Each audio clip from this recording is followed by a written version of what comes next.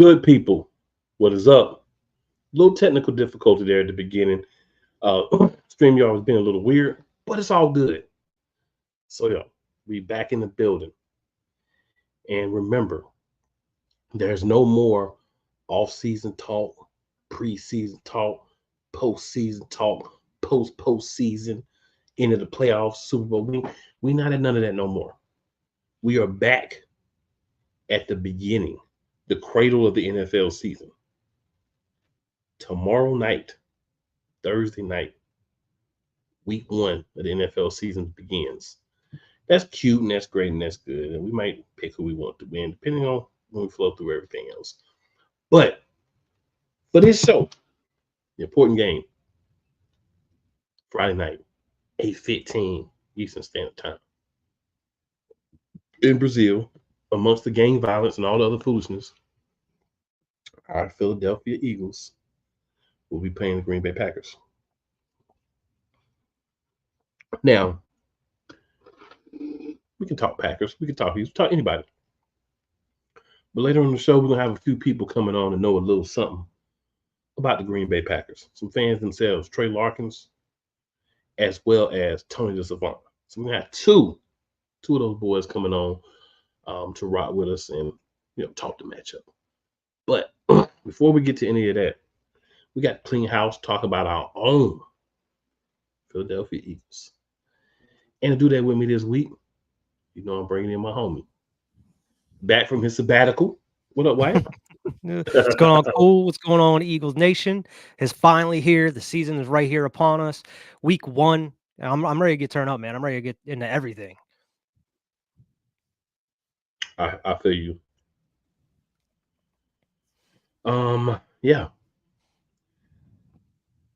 Before we get into any of that, though, we got to get back on point. And I'm gonna take a little bit of the blame because all season happens. You get a little hype, so much be going on. You hear so many rumors, you don't know what's true, what's not. But we moving focusedly for the rest of the season. So we got to get hype, and then we're gonna bring it to you. Let's go.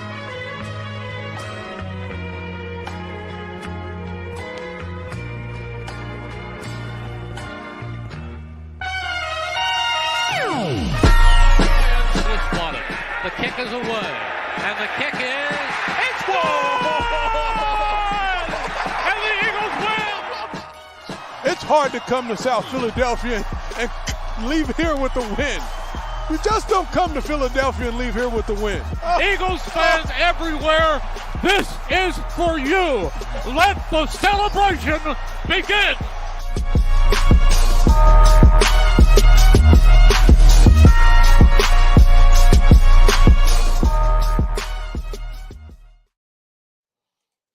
All right, so we in the building. Week 1. Sir. Oh yeah, we hype, we ready. So check it, Wyatt. We talked about in the offseason. I said we're gonna get some things a break, kind of let them do their thing and chill. But now we back. Eagles updates. You're getting the words. We letting you know where we at. So if you happen to join at any point in the show, we're gonna help you keep up. So Wyatt, I know there's been a lot. It's hard to get everything. What you got for us on the news updates, rumors front? Yeah, I mean, first off, just kind of preceding to the game, they announced the actual uniform combo. You know how they've been doing that for the past couple of years. They announced it like a week previous to the game. They're actually going with the white jerseys with black helmets and black pants. Even though we are the home team in this one, I guess there is a reason behind that, is because the home team over there in Brazil with the stadium they're using, I guess they use white and black. Yeah, they wear white. So that's why we decided to go with the white on black. And the Packers are actually wearing their home jerseys, their greens. It is a home game for us, so I would have liked us to wear the midnight greens, but it's going to be nice seeing those black helmets with the black pants and the white unis out there. It's going to be nice. And the white socks. That'll be fun. And then white socks, yeah. Yeah. But other than that, I mean, they announced the captains for the squad already here. We got Lane Johnson, of course, Jalen Hurts, QB1, Brandon Graham, Jordan Mailata, Jake Elliott, AJ Brown, and Slay. So a lot of these guys have already been captains. I mean, Mailata, I believe this is his first time being a captain, but all these other guys have been captains previously on the squad before. So, I mean, it's, same business as usual for a lot of these guys, it seems. Absolutely, absolutely, man. I love it. I love the actual captains. I love to hear who they're picking, but I also like the I guess the best word I can use here is the unspoken captains, the guys who, like a CJ, GJ, some of the other linemen, Devontae, different guys, BG, Mhm. different guys, right? They may not be official captains, but they're guys that, a lot of teams are going to be looking to also be leaders. So we'd love to see those guys step up throughout the season as well. Yeah, absolutely. I mean, we've been talking about that since, this off season about who are going to be the leaders and within the locker room and who's going to kind of change how the atmosphere of the locker room and the camaraderie in there. And I mean, it seems like it's definitely kind of turned around. It seems like it's more hype than we have seen in quite a while within Philly here, especially seeing like all the videos and like the training camp stuff and all that. Seemed like everybody's super excited for the season and they're excited of which the direction that the team and the organization is going in. Absolutely. We are being joined today by our third Diva is in the building. What's What going up, on, Diva? y'all? What's up, What's Diva? up? What it do? We happy to see you, man. As you can tell in the corner, we hitting some Eagles updates right now. Why was just telling us about the captains that were chosen. Mhm. And love to see them as well as everybody else that's going to step up throughout the season to help us get where we need to go. And we Most already know definitely. what we wanted to be. My thing is better than last year. Last year, one game and done. So as long as we win a playoff game, I'm happy. Now, obviously, there's one goal that every team has when the season starts. But as long as we win a playoff game, we were better than last year. Mhm. And that's step one. We can get to winning one playoff game, then we can, then that'll help us move towards what I believe is most fans' goal, and that, of course, is hoisting another Lombardi trophy. So, just my interpretation of the situation. I know Yes, we sir. better be better than last year, period. Point blank, period. If we're worse than last year, heads should definitely be rolling, and they should start with one Nicholas J. Sirianni. Oh, Nicky There's Tight no way. Pants. Yeah, there's no way Mr. Tight Pants should be able to save his job if we have another bad year. He should be fired in the middle of the season if we have another bad year. We shouldn't even get to the end of the season. I'm not going to argue with that point. Why? Mhm. Any other pieces of news? Yeah, we ended up bringing a familiar face back, Jack Driscoll, offensive lineman. He believed he was on the Dolphins before he got waived. We ended up bringing him back. He's on the practice squad. We also brought in wide receiver Kyle Phillips, and we released tight end Kevin Fulch and safety Caden Stearns. We also got the injury report for the game here on Friday, the official injury report. And the only player that's going to be missing is Devin White, one of our linebackers. I've just mentioned a week or so ago about having all this depth at linebacker, and look, already missing one going into the season, week 1.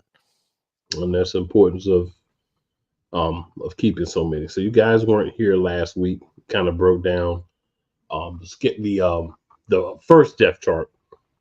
A couple surprises, but I think the depth was out there. So I've heard, since we're talking about Devin White, there's been, I think, a very fake rumor going around Yeah. that they try to trade him and everything. I would say to you, just because some uncredible site starts posting something, and then someone else quotes the uncredible site or says, sources, or but doesn't give a clear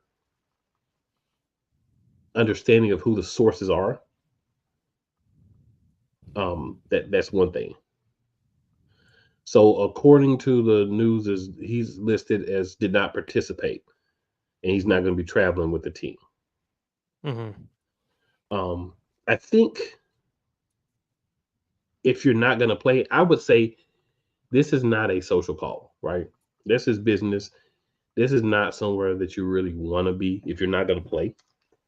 So I don't have a problem if there's any sort of injury, and then he probably did really want to go anyway, right? If he's not there, I don't have a problem with it, right? Vic Fangio loves this guy, and if Vic Fangio loves you, then you're going to play.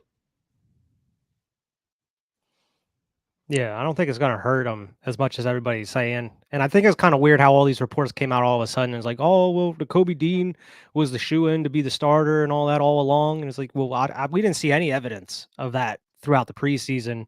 Devin White was getting all the first-team reps. They were holding him out of a lot of the preseason action, it seemed, with like a lot of the other starters were. So it was like, it seemed like all the evidence was pointing towards that he was going to be starting for this squad. And now all of a sudden, now that he's out, all these rumors like, oh yeah, Kobe Dean, he was going to be starting anyway. It doesn't really matter. It's just weird that all this stuff. And then of course, like that trade rumor that you just mentioned, seems like all this weird stuff is starting to come out as soon as he was out. Right. They're like, yeah, Kobe was going to start anyway. Well, I'll give you a little secret, y'all. When these things come out, they kind of know that somebody's not going to play. They may not be telling us yet, but they kind of know. Isaiah Rodgers was on limited participation, but he'll play. And then, of course, A.J. Brown and Landon Dickerson both were out for rest. You know, I know we'll talk about it later, but do have the info up for when those guys get here in case they don't have it on who's limited participation for our opponent. You know what? We can go over it now. So they got Edrin Cooper, linebacker, limited. Romeo Dobbs was limited with a hand. Tucker Kraft, their tight end, with a back. Marshawn Lloyd, one of their running backs, with a hamstring. A defensive back, Carrington Valentine, with a hamstring. And then Emmanuel Wilson with a hip. And these were all limited participation. So they didn't have anybody that wouldn't play. These are just guys that did not fully play. Yeah. So, you know, I think they'll be fine out there. Yeah, they'll be out there. Maybe limited a little bit. We don't really know too much how that piece is going to play out. Any other news you got there? So I know I kind of jumped in there, but I just get tired of hearing about these false rumors. Remember the thing? Oh, the Eagles are going to trade A.J. Brown because he's a problem. You know, he's going to be traded before the off season's over with, and instead he got a new contract. So those same sources are the ones probably spreading this blasphemous crap. But hey, most likely. Yeah, I mean, I only have one other thing here, and that was just Jason Kelce said on the New Heights podcast with his brother how he's planning to be with the Eagles and be in the facility all throughout the season, and that he's trying to help out any way that he can. Apparently, he's not accepting any payment from him. He's just trying to do it for his pure interest and trying to keep his knowledge of the game up and trying to continue with his relationships with an organization. Which is awesome. You know, it's great to have Kelce in the building here. Hopefully that will lead to a possible, role in the organization in the coming years. Yeah. Definitely. Diva, I know that's your guy. So any thoughts on Jason Kelce wanting to be part of the team? No, I just hope that, he can work with Landon Dickerson as far as center, because we know we're gonna need that vet status. But I mean, I'm glad that he's still wanting to be a part, and the fact that he's just doing it out of kind of his heart because he's a true Philadelphia Eagle is amazing. But I hope that we will make him a part of the organization because I mean he deserves it. So I'm glad. Yeah. The only thing is we can't technically make him part of the organization because of the whole situation like what's going on with Tom Brady. Since he's going to be working for ESPN doing the Monday night games. Yeah. Well, if he stops doing that eventually to take a role in the organization or something. He could take a role, but yeah, we don't want to put him in that situation. So Philly's in the building. She says, "What's going on, Eagles family? I'm ready to watch our Eagles fly Friday night. Season is upon us officially. Yes, official. Official. Not for play. Officially official. We in here. We back. Oh yeah. And another piece of news: Mr. Slay apologized for his comments where he said that he didn't want to play in Brazil. He apologized to anybody he offended. So here's what he said, and I quote: "I want to apologize to anyone I offended. That wasn't my intention," he wrote on X. This is on X. "I'm looking forward to playing in your beautiful country, and I've heard y'all are very passionate, just like our amazing Eagles fans. Just a few more days, can't wait. # Fly Eagles Fly."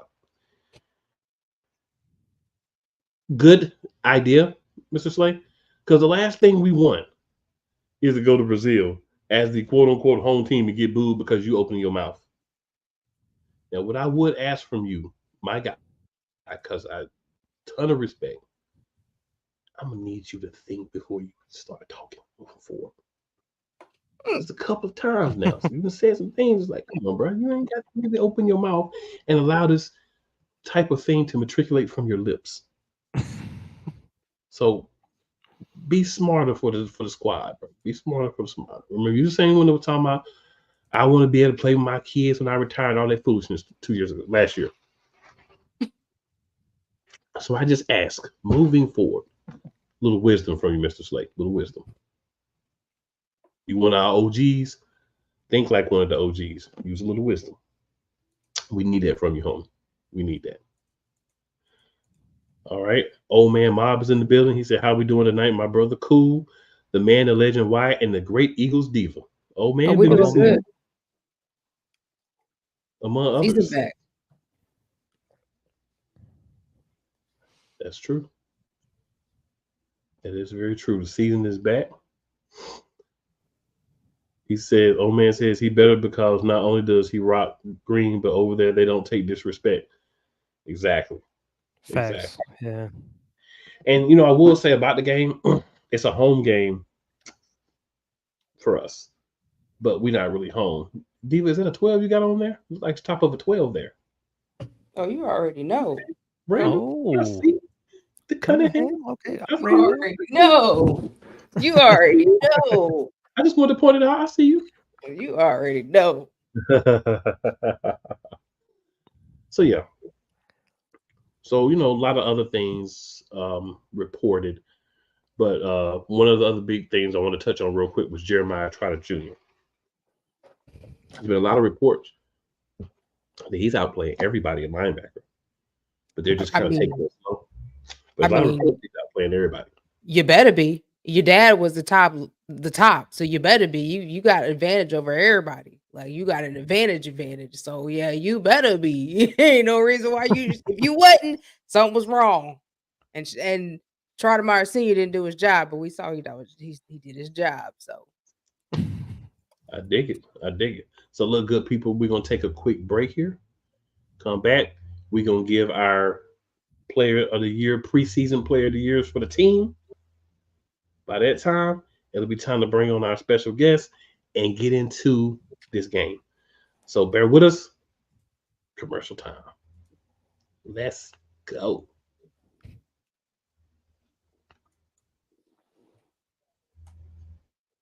Rams fans all around the world. It's a beautiful thing to be a Rams fan right now. Stafford's back. We're going to see about Cup. And running back Kyren Williams to return. Lend me your ears, or should I say lend Playmaker your ears, as he breaks down week by week everything in the Los Angeles Rams canon. Number 99, Aaron Donald. Can't wait for 2029 to come to know that you are going in the Hall of Fame, and it should be first ballot, no questions asked. Join the Playmaker as he breaks down everything Los Angeles Rams style in Ramily Talk on the Playmakers Blog Network YouTube channel and where you can find podcasts.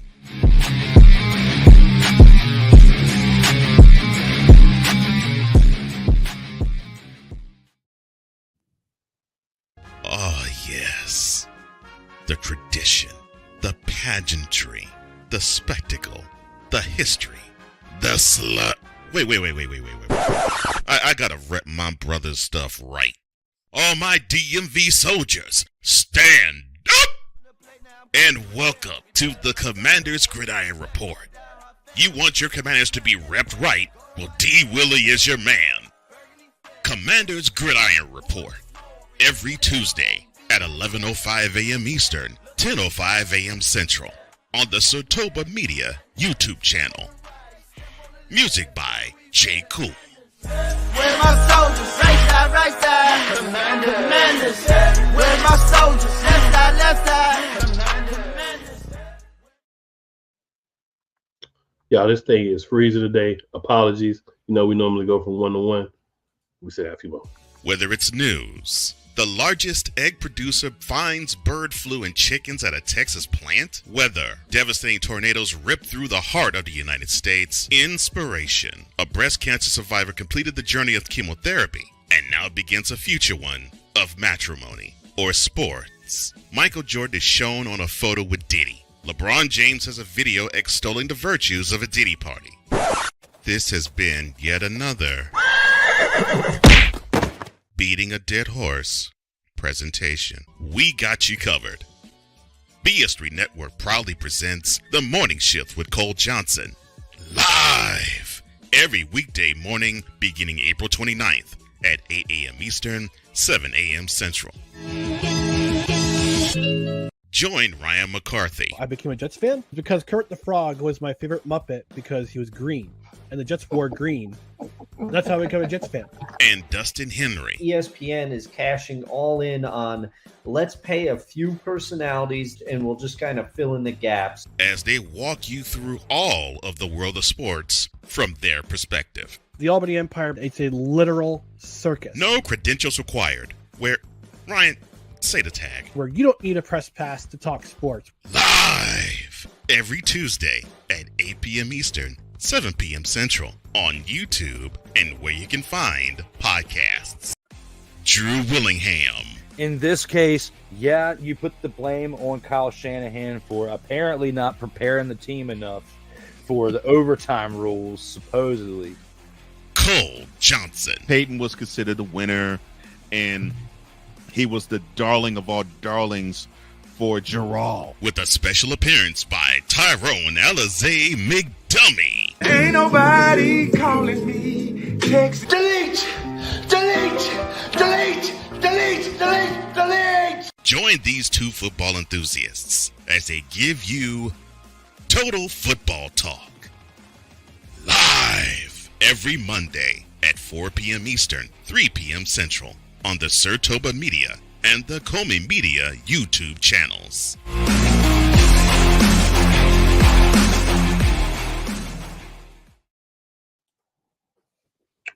All right, good people. A little technical difficulties, but we moving through it. It's all good. So we had a list. Just wanted to give y'all, a little preview, some of the things that we think may go down. And if they do go down, who's going to be responsible for those things happening. So we're just going to go through preseason team award winners. So basically, who we think, based on what we've seen in the preseason and a little bit of foreshadowing, a lot of hope, who's going to be in certain positions for us by the end of the year.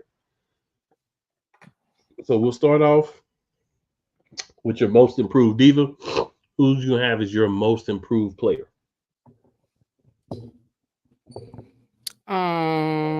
Most improved player, I'm gonna say Milton Williams, in my opinion. Okay, I like that one. Wyatt, who you got? I'm gonna go with Nakobe Dean in this one. I mean, I know it's just preseason, but he looked pretty decent out there in those games we saw him. I'm going with Jalen freaking Carter, dominating this year and being our most improved player. All right, comeback player of the year. I know there's only a couple of, really there's only about 3 guys you can choose from because you had to be hurt last year and not play last year to be eligible to be a comeback player. But Wyatt, we'll start with you on this one. Who you got for your comeback player? Comeback player? I know he's not starting a season. I'm gonna put Sidney Brown in there. That's definitely one of the options. Diva, who you got? Jordan Davis, my boo. And I'm going to go for comeback player of the year. I just lost what I was going to pick. Nakobe Dean. Nakobe. Yep. All right. And then for our offensive rookie of the year, I'll go first on this one. Offensive rookie of the year. We don't have a lot of rookies that don't do anything on the offense side. I'll go Johnny Wilson. Oh, okay. I'm gonna go Quinyon Mitchell. Can't use it for offense. Oh yeah. I'm gonna say Landon Dickerson. Not a rookie. Oh yeah, dang, forgot.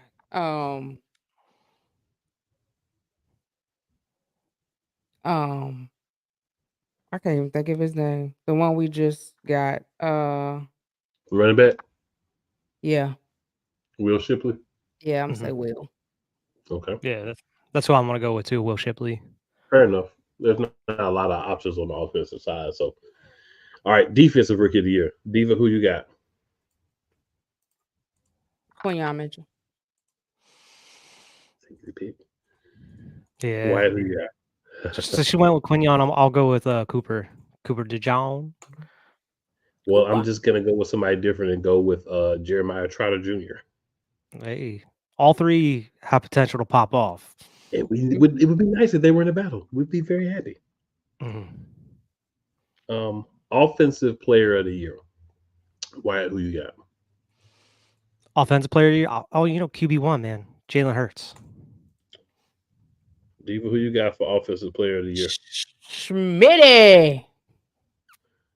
Well, I'm going on the wing and a prayer, and I'm gonna say Saquon Barkley is our offensive player of the year. On the wings of love and a prayer. Need to get him through the season. For sure. All right, defensive player of the year. I'm gonna go with Chauncey Gardner Johnson. It's my defensive player of the year. Mr. I'm gonna go with Versatility. Jalen Carter. Jalen Carter. Not mad with that pick either. Yeah. I don't want to pick Jalen Carter because Diva just picked him. Because that was in my mind the whole time. I'll go with Bryce Huff. There you go. Okay, I like that one. All right, team MVP. Diva, who you got? It's like QB1. Okay. Yeah, I'm gonna go with QB1, man. I'm gonna go with Jalen Hurts. Since you said QB1, both of y'all, I'm gonna go with Swole Batman, 2,000 yards. AJ, I was thinking about that. Yes, sir. Hey, I like all the picks, so I like the picks.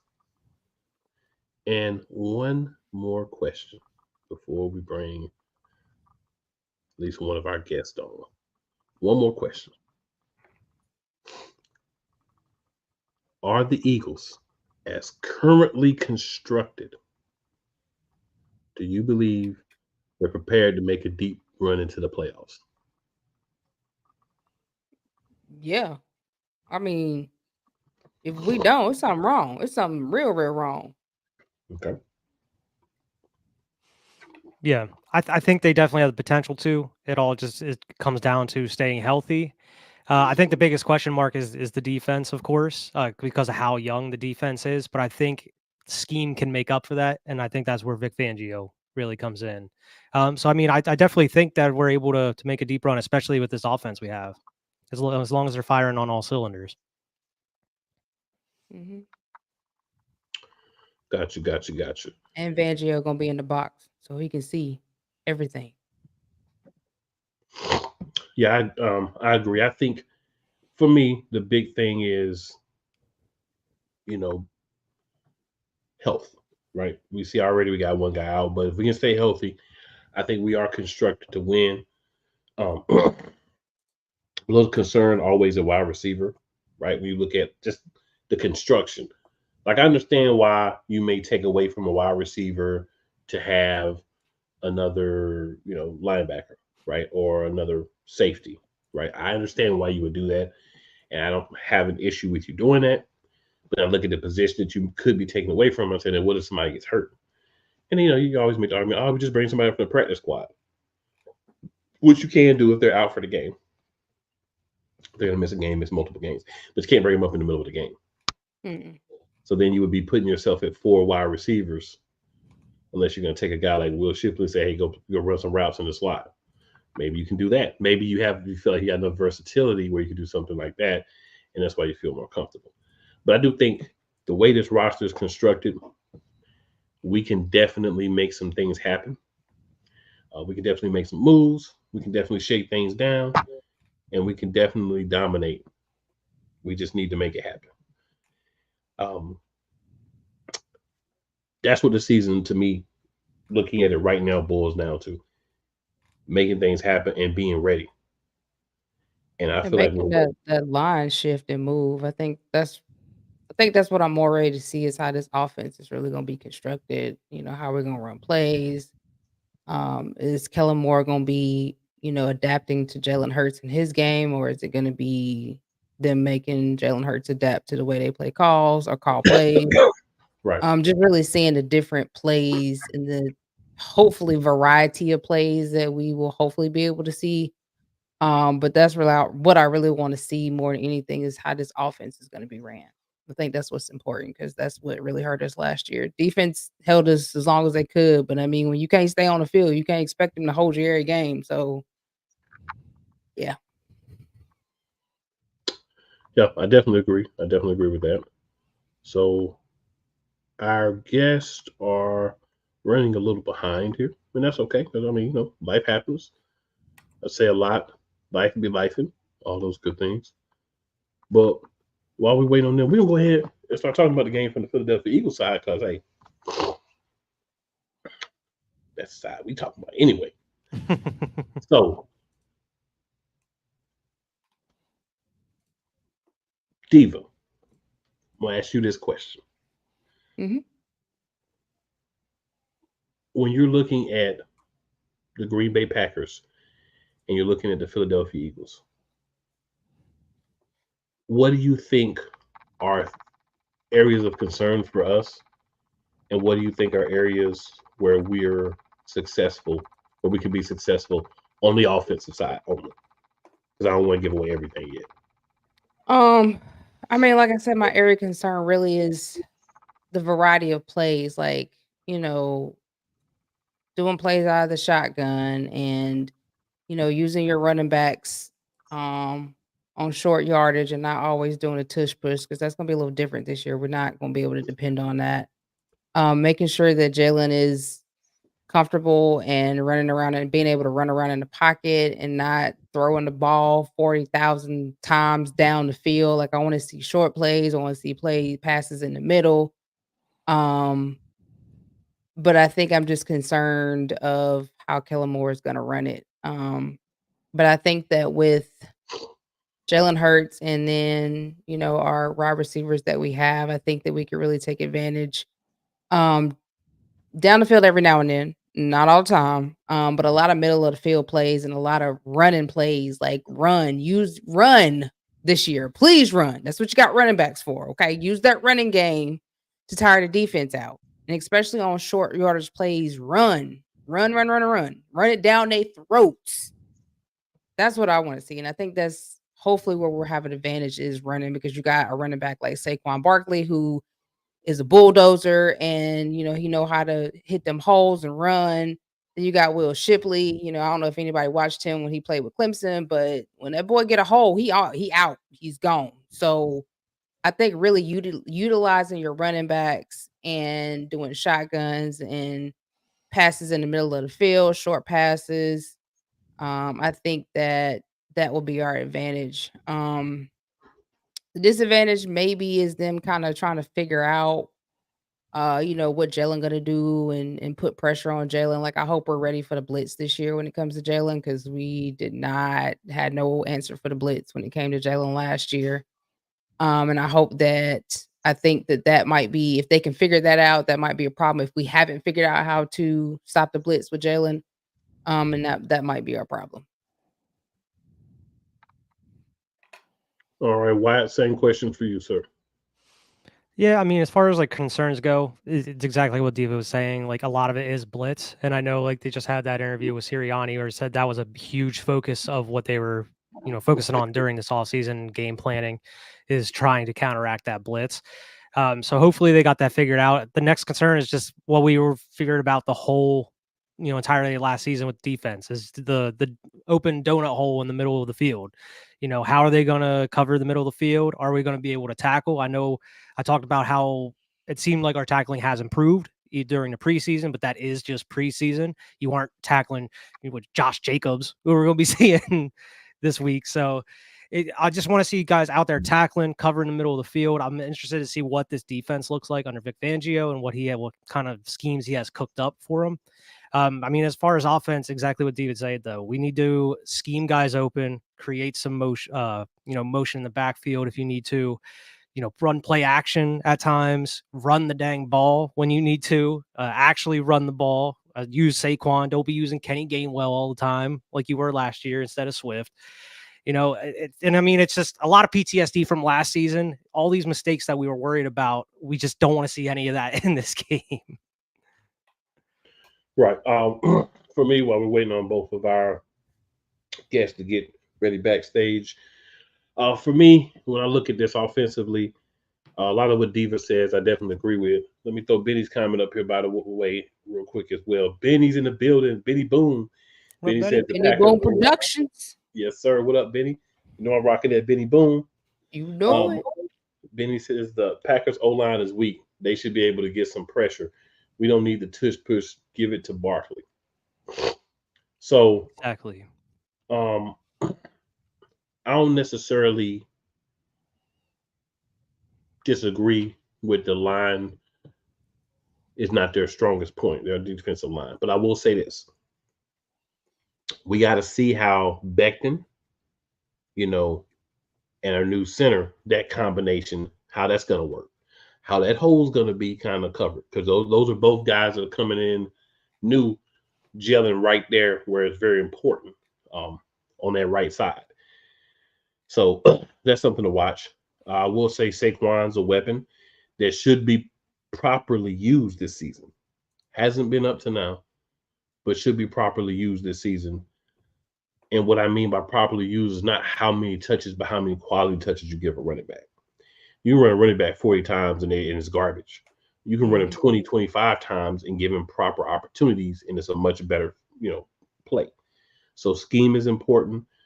One thing I'll say about Kellen Moore, from everything I've researched, looked up, press conferences from him and players, other coaches, and everything, is movement, attempting to do the best job of forcing the defense to show their hand early, right? Because if you have movement, if you have motion in your offense pre-snap, I know this is really weird for Nikki Tight Pants to see happen and be part of, but if you have that early, your quarterback gets a chance to read and say, oh, this looks like a blitz. Now, they may try to trick me and pull out of it, but I'm going to play it like it is a blitz. And then if they don't, maybe I stick it in Saquon's gut. If it is a blitz, I pull it out and I go over the top to one of these 3 options I now have, or 4 options I now have on a regular basis that all should be able to make a catch whenever the ball comes their way. I also look at the veterans, the guys that are coming back. Jalen Hurts, A.J. Brown, Devontae Smith. Everybody got the contract, so there's no issues there. Jahan Dotson, we still got 2 years before we even got to worry about any type of contract negotiations or anything with him. So we got top 3 guys under contract really for the next 3 years, because Dotson was a first round pick. So you can always slide him in as well. So 3 years, we got that same offensive look. Dallas Goedert, a lot of linemen. Lane Johnson's talked about he may retire in about 3 years. But I think if we're still at or win the Super Bowl, I don't think he's going nowhere. Right? I think if we won 3 to 4. He said 3 and he said 4. Yeah, he said 3 or 4, but I'm saying if we still compete for Super Bowl in 5 years, I don't think he's going nowhere. I think he'll be right there rocking with the squad. And if he does, I get it. That's why you start identifying guys. When the guy tells you his time frame for leaving, you better listen. It's time to start, looking at other options in the next couple of drafts. Maybe the freshman class coming into college this year, we're identifying guys from that class and say we need to draft one of these guys. Or the sophomore class for this year, we need to draft one of these guys, so maybe we'll have a year or 2 with Lane. But I think for this game this year, we locked in. The line may take a slight step back.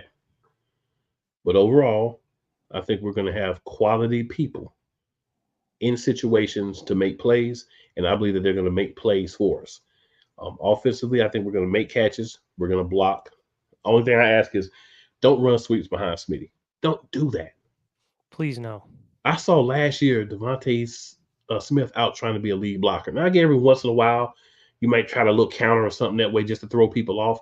but let's not make that a consistent part of the offense because it's not going to work. No. This man is not built for that. Use him for what he's built for. He'll go out there and try. He ain't going to duck down and run away. He'll try, but it's not a very physically impending try. You want to keep on the field, it's not what you want to do. But I think we have people in place, at least I feel like, that understand at least those basic logical concepts. All right. And Benny says, sorry for being late tonight. I was busy working on my Benny's Bleed Green studio. Okay, Benny, with the Bleed Green studio, I see you, big homie. That's what's up. Putting in that work. Hey, Benny, you need to be dropping your link where people can see your merch in the chat so we can let people know to you know what I'm saying? Check We're gonna purchase some of this stuff now. Y'all see what Benny be doing? No? Yeah. Yes, sir. So yeah, that's just, you know, thoughts on that. So defensively, what do you guys think that we can do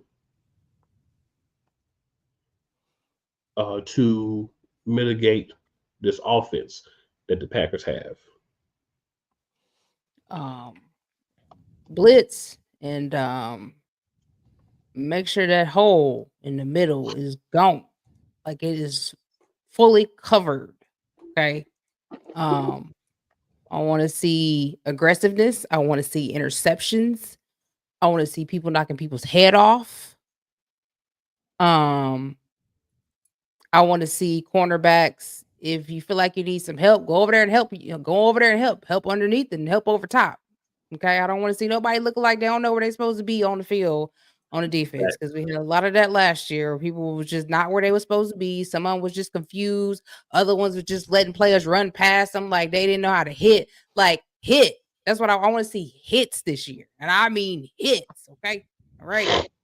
I think if you can get pressure on a quarterback, like we used to year before that, when we used to put mad pressure, you have your edge coming off.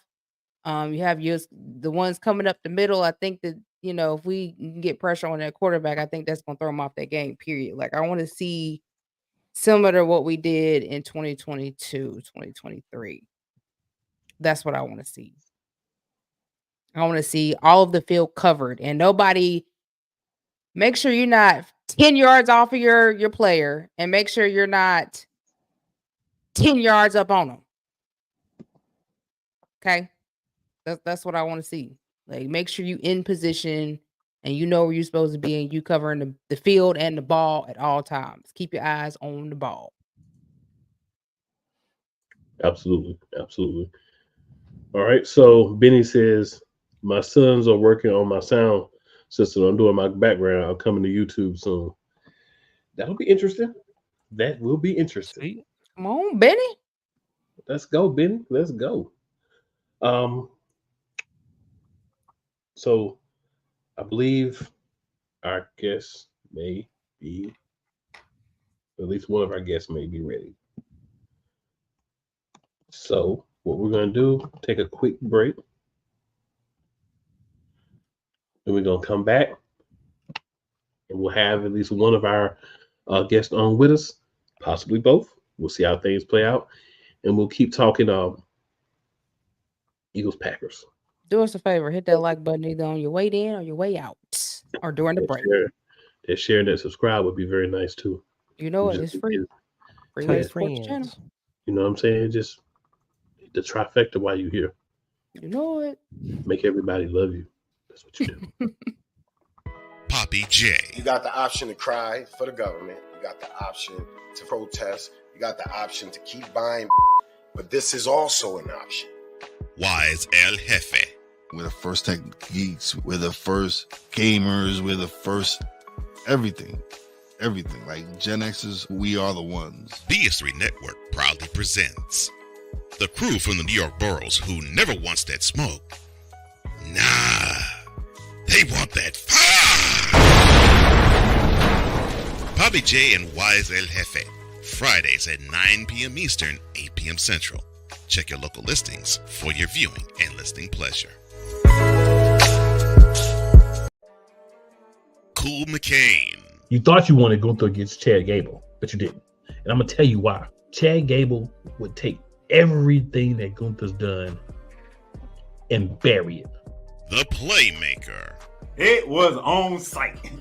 AJ Styles walked out there, seen LA like, oh, okay, then LA Knight hopped out the car, let's go. Break down everything in TNA, AEW, and all of the WWE programming. Join these two kings, monarchs of wrestling, live every Monday at 6:30 p.m. Eastern, 5:30 p.m. Central on the Play Caller Sports Talk YouTube channel. Join the transporter to Hades. Your butt and gut becomes one. Join the reformer of hooker whores. This is my daughter, Placenta Booty Johnson. Join the bronze god. Whenever you are in distress, take off your baseball cap and throw it in the air. Join your very own superhero of broadcasting, Chris Bass. So whatever color crown they get, they palm it and do 2 circles, and that translates to, I can be the black people. As she takes you through the week's paces in Baseline. Live every Saturday at 8 a.m. Eastern, 7 a.m. Central, Pacific time zone people, just stay asleep when this is on live and just catch the recording. Oh, I'm sorry. Exclusively on the Chris Bass YouTube channel. Everything Boston. I love you morons. New Kids on the Block, New Edition. Dear whatever the law firm is. Sincerely, the U.S. Supreme Court. Ben Affleck, Matt Damon. Go yourself again, Jason Whitlock.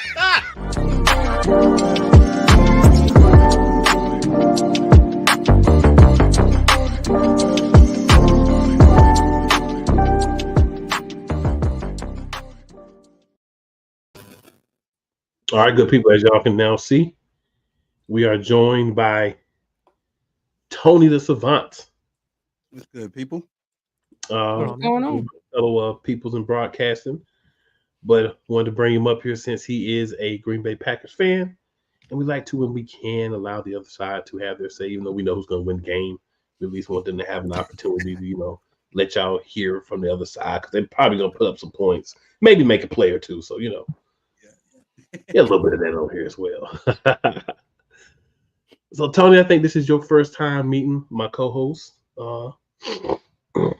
But Trey, what's going on, Diva? What's going on?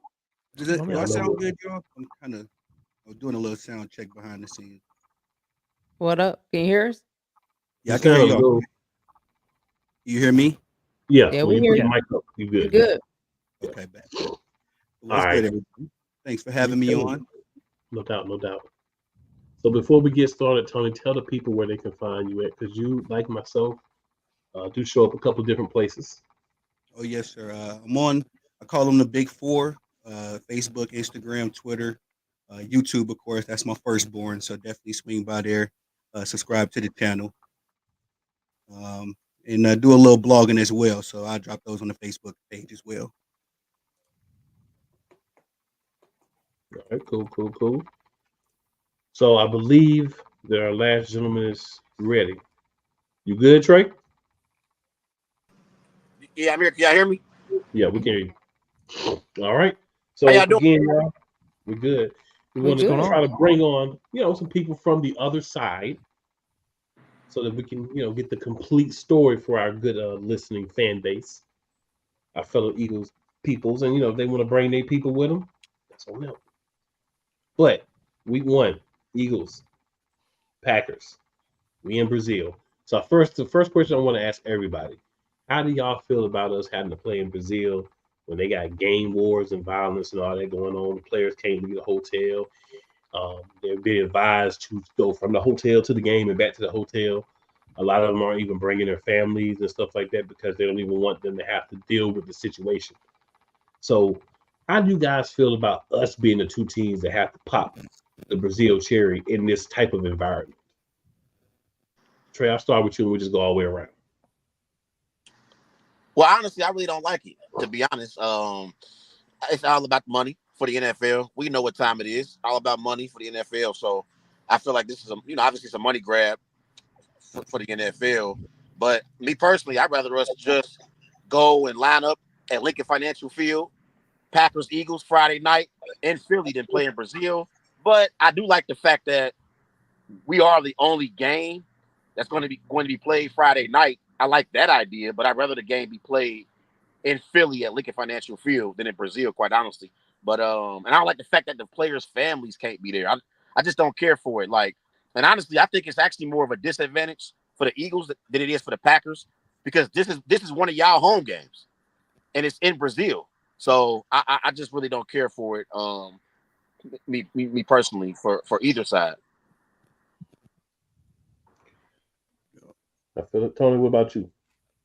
Yeah, I'm got a lockstep with you on that one, Trey. I'd rather be at Lambeau, of course, but I mean, you know what the NFL is up to, man. They're getting all this money, putting the games on stream services and all that kind of stuff. So we know what it is, but yeah, definitely would prefer it in the States at the crib.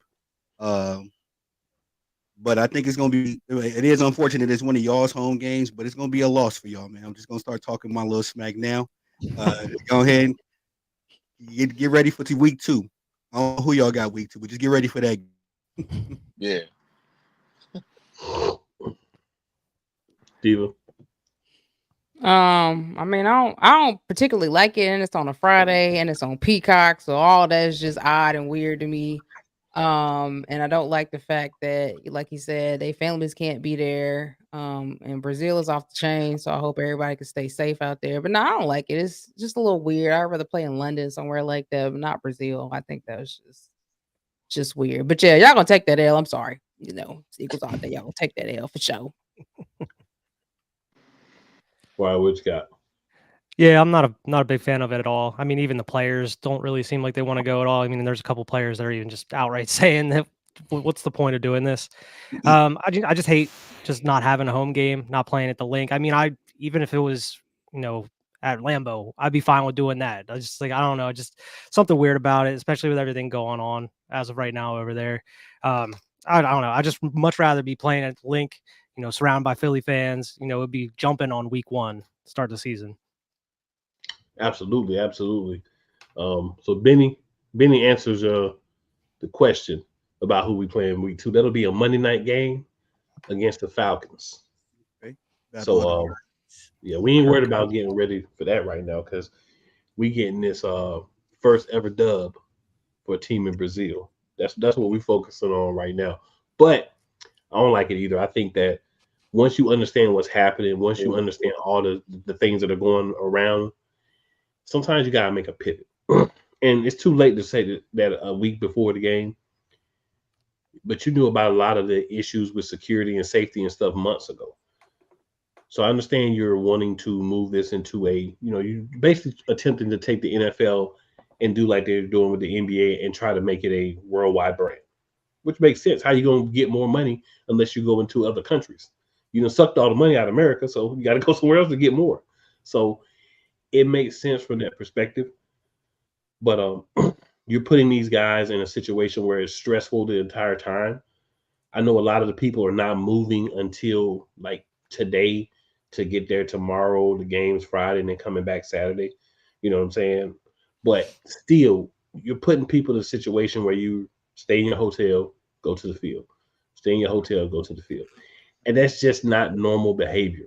They're not able to be the same people they are leading up to a game. They're not able to go out, enjoy the city, have some fun, sightseeing, all those different things, have their family around. Like it's not the same thing that you want for the players. They don't have an opportunity to have the same routines that they normally have.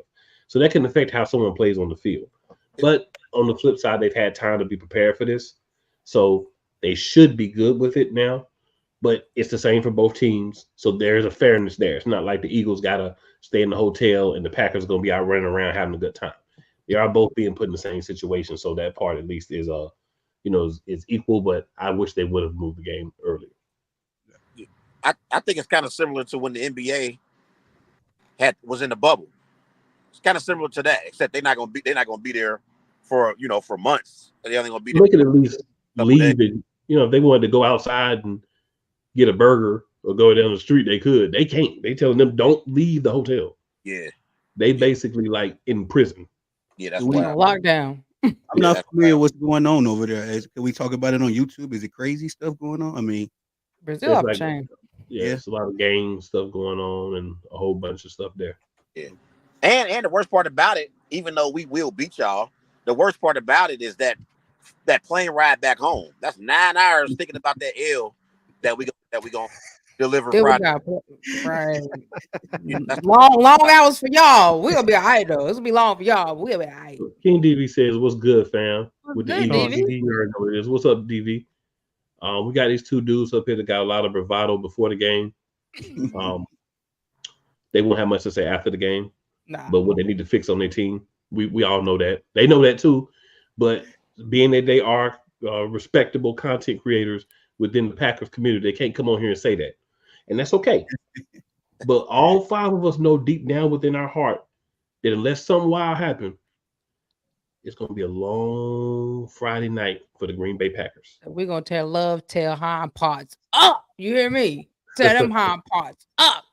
Benny Boone got a message for y'all. So Benny says to the guest, he was trying to put guests on the show, don't take this, I'm going to say yes whipping personally. Yes, it's nothing against you guys. You guys are great individuals. Unfortunately for you, you're Packers fans, and this is not a week to be Packers fans. So off that, and either one.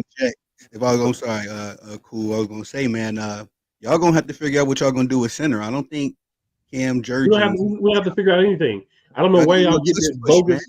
I don't know where y'all get this bogus thing that we have to worry about anything at center. We've had our backup still on the roster for 2 years. Right.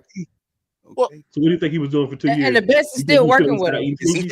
It's cool being a backup. It's different when you're in the trenches. But I mean, he was behind the best center, was, and the best center is still working with him.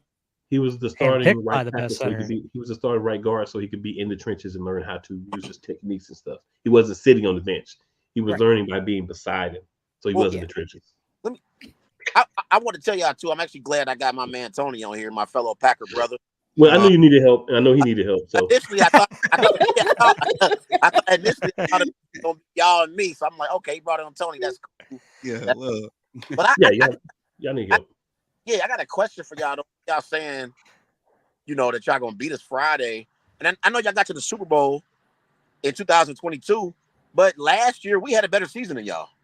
But this is not last year's team, though, and this is not the last year's coach. It's not last year's defensive coach. It's not. I think y'all stuck on last. This is not last year. This is a whole new squad, whole new defensive squad, whole new offensive coaching that know how to coach. Okay, so I need for y'all to understand this is not. It might have a chance last year, but this is not last year's. It's 2024, going in 2025. All right, and all I got to say is love better be worried because you got Vic Fangio sitting in the box.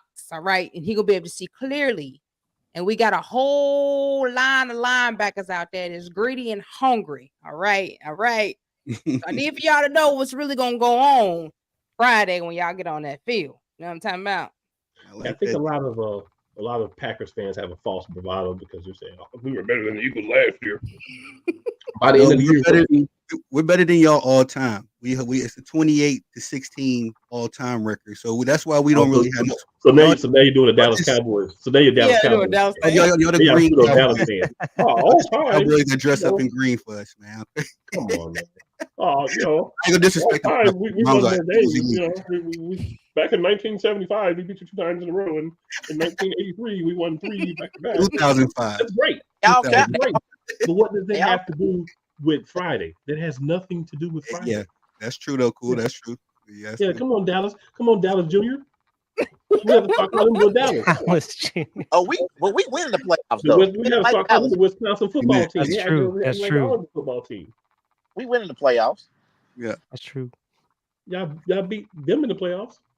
Always. Yeah, we got their number.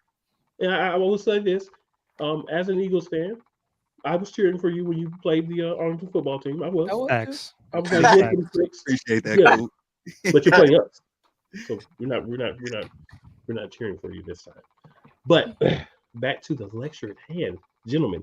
You're doing a lot of talking about you think you're going to win.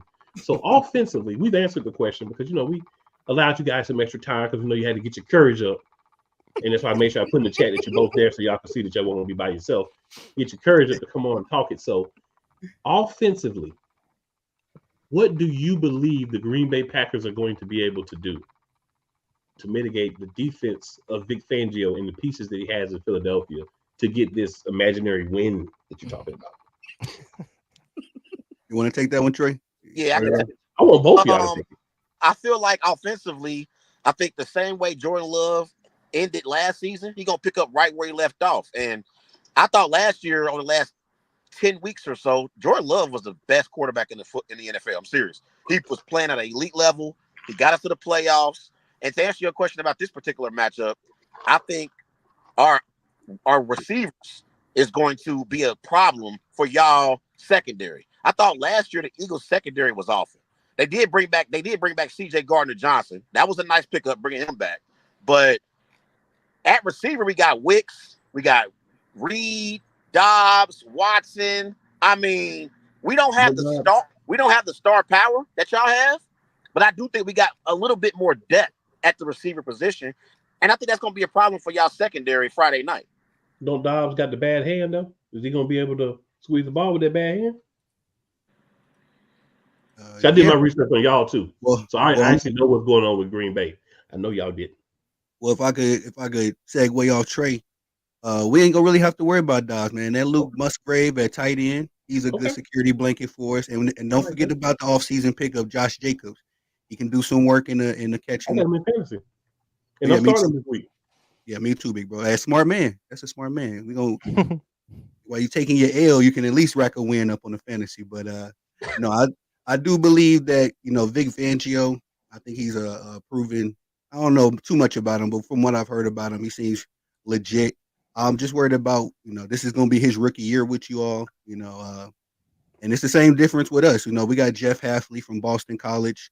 He seems to be like one of those, hard-nailed kind of coaches. He's bringing the 4-3 to our defense, but offensively, Jordan Love, highest paid player in the league, and that's before taxes because the taxes are a little bit more friendly in Wisconsin. And again, Josh Jacobs. So like Trey said, we got 4 options. Even with Dobbs being injured, we still got Luke Musgrave, and we got another tight end, a guy that's a little unsung. He put in some work last year as well. But just by the numbers, Jordan Love was the hottest quarterback, Trey, for the last 8 games, actually. He had 18 touchdowns, 1 interception. Yep. Man threw for about 2,500 yards. He was untouchable. And we were the hottest team in the league until we got to the Bay. Yeah, we had a chance to win that game. We actually blew that game. And I want to say one thing real quick too about the running back, because everybody been talking about all off season about Saquon, and Saquon now playing on the Philadelphia Eagles. He running behind a better offensive line. We ain't talking enough about Josh Jacobs. Jacobs was in a worse situation in Las Vegas, and now he's in a better situation with a better O line. Whoa. I don't know about that one, Trey. It don't get no worse in the. I cannot allow you to come onto my show and speak such blasphemy.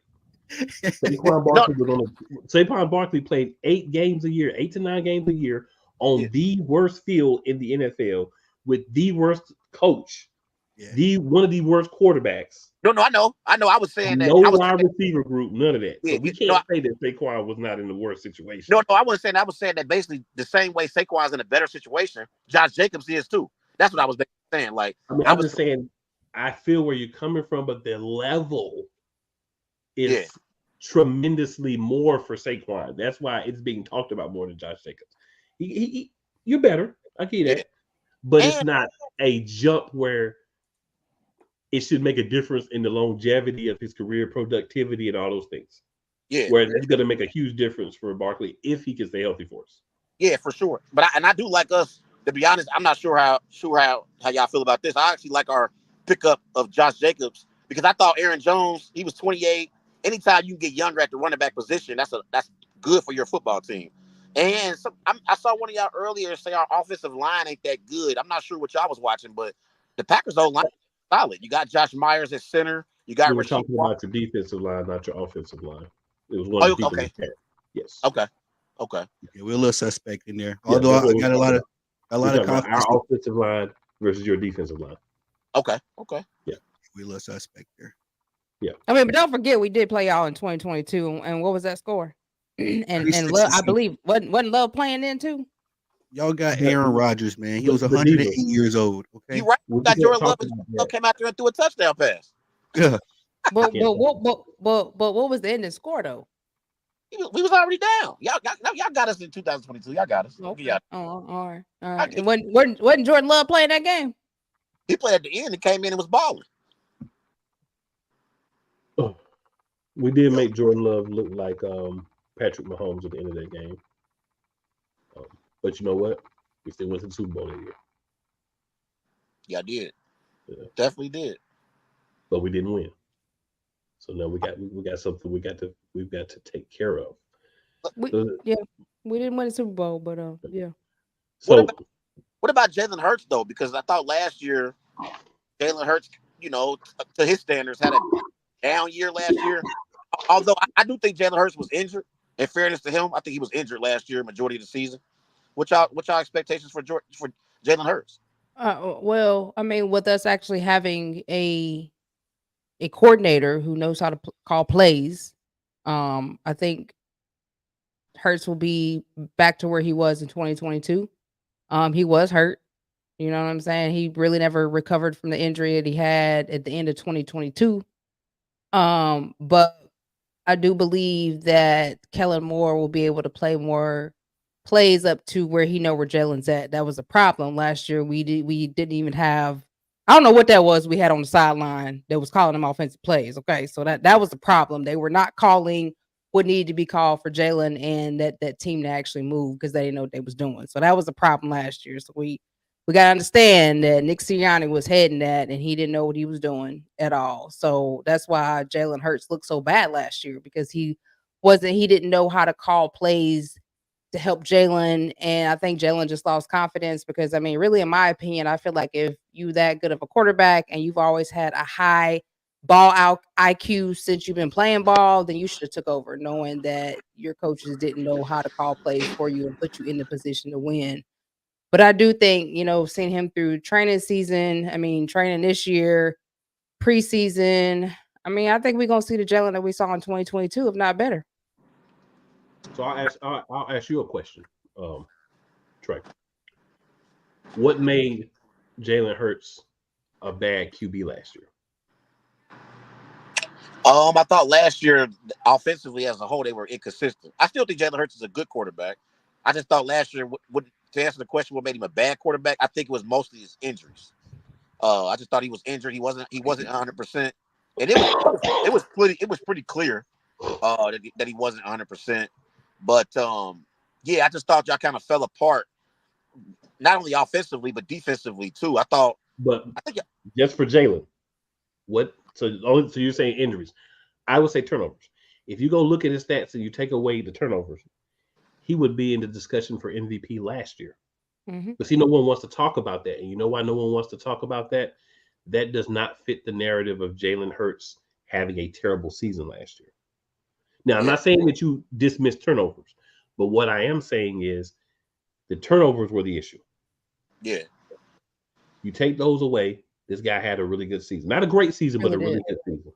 His numbers were similar to what they were in 2022. It's just the turnovers were a lot more. The turnovers. Yeah. So those will be better in the new regime.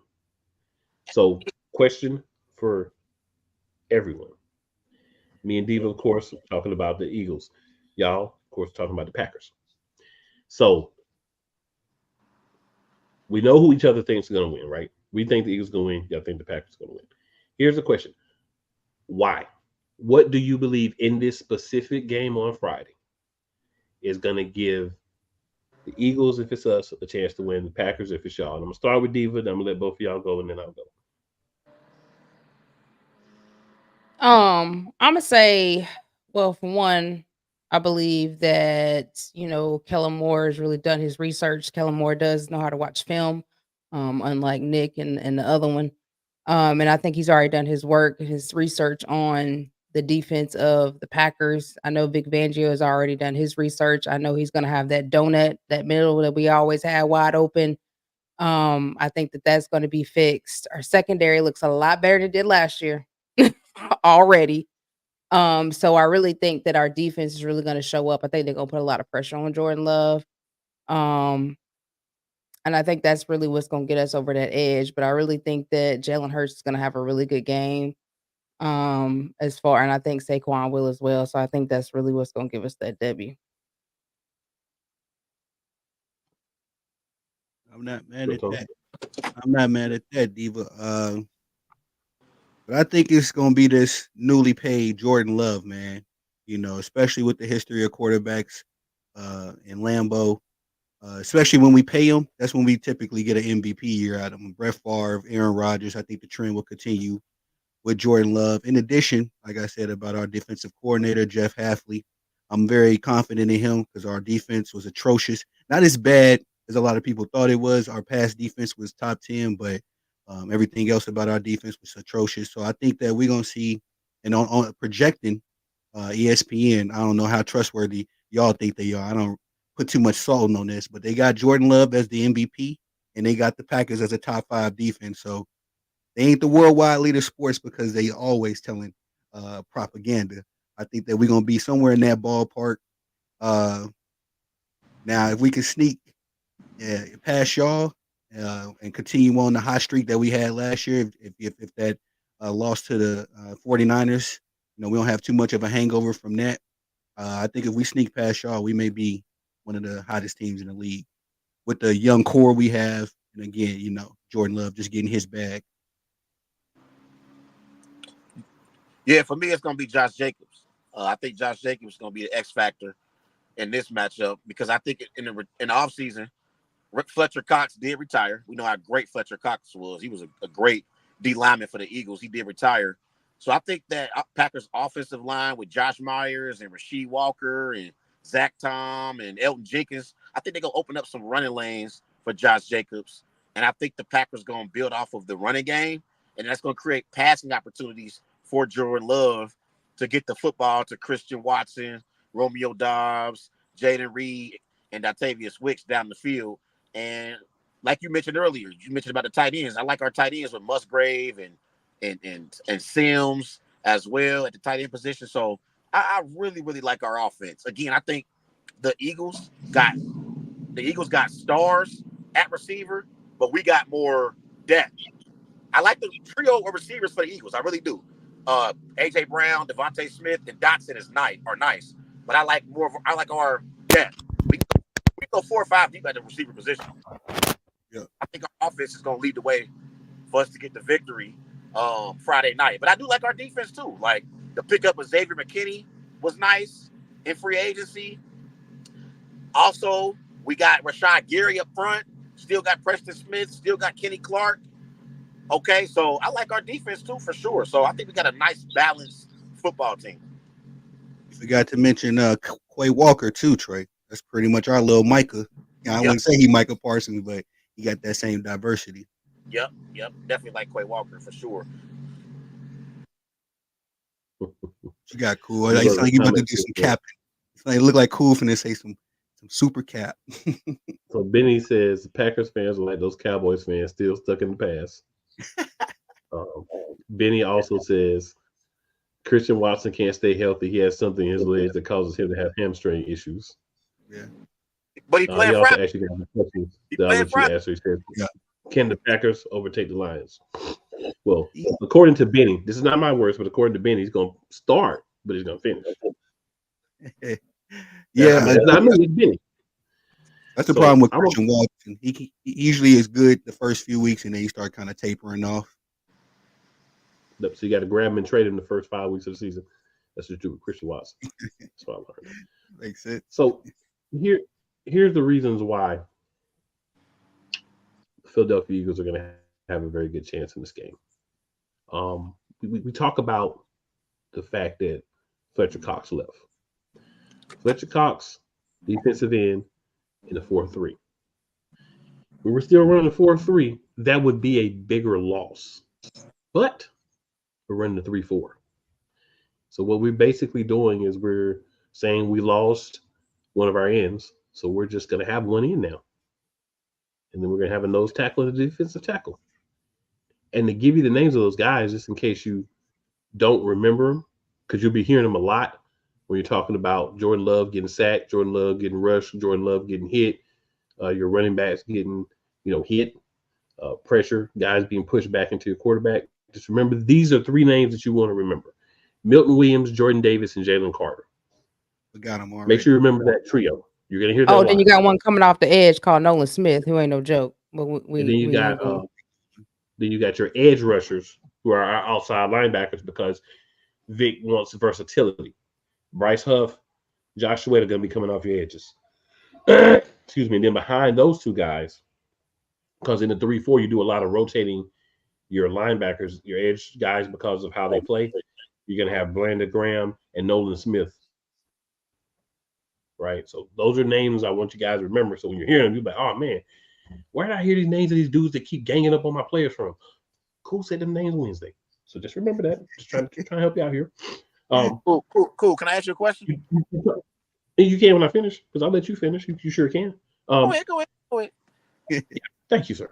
At cornerback, you got Isaiah Rodgers, a hungry individual coming off of being away from football for a year for betting on sports in the facility. You got Darius Slay, who knows he's much closer to the end of his career than the beginning. Safety, everybody at safety except for Reed Blankenship can also play corner.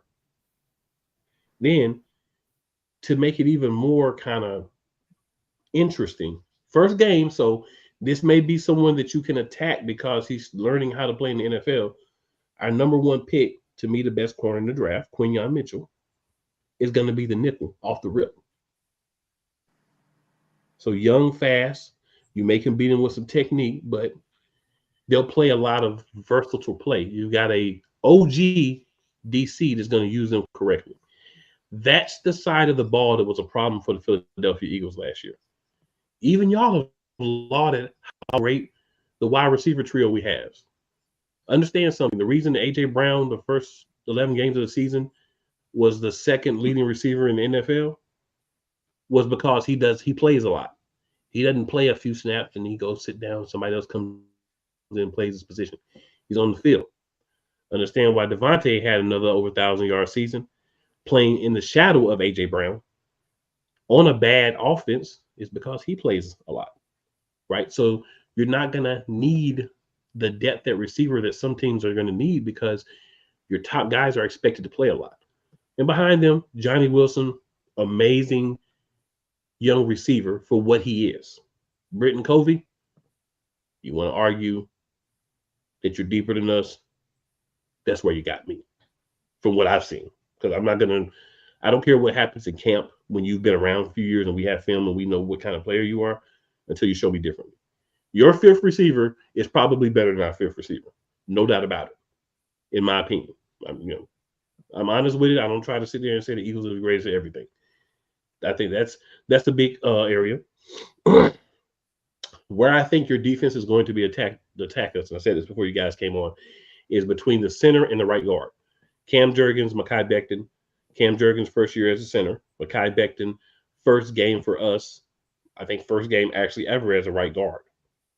So that hole there, that may be an area where you can attack us even though your defensive line may not be top tier. Not worried about the running back room. I'm not worried about a healthy QB1. And I'm not worried about the fact that he's going to be asked to do too much this year. So that, to me, are reasons why I feel like the Philadelphia Eagles have a really good chance to win this game. The coaching is much improved. We're going to go back to actually running multiple plays out of the same sets. There's going to be movement. So you're not going to walk into the line and say, oh, they about to run this because they're in this set like you saw last year. So it's going to be more of a actual NFL offense and not a high school offense being passed off as an NFL offense. That's the reasons why I think the Philadelphia Eagles have a very good chance and will win this game. Trey, what was your question, sir? You had mentioned some of y'all pass rushers, and our question was going to be, have y'all heard of Rashad Gary? Yeah, because I would say Rashad Gary is probably better than anybody you named.